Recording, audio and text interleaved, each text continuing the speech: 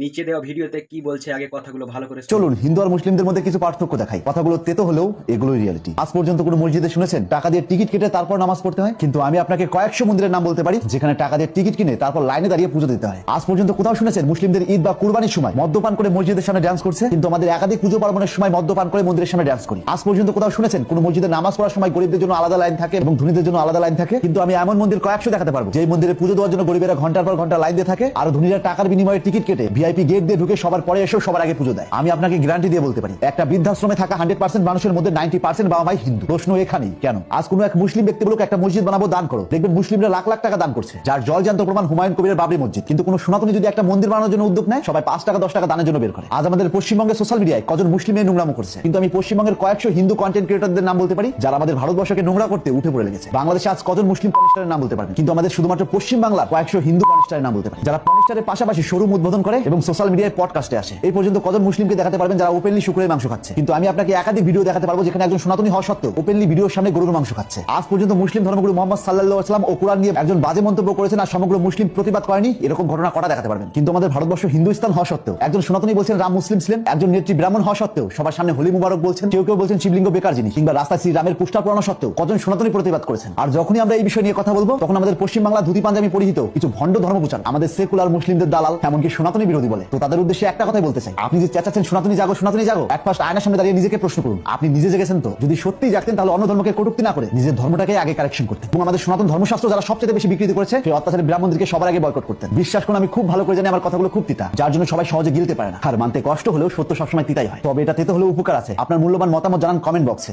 Video দেখে আপনার মতামত জানাতে কমেন্ট করতে ভুলবেন না।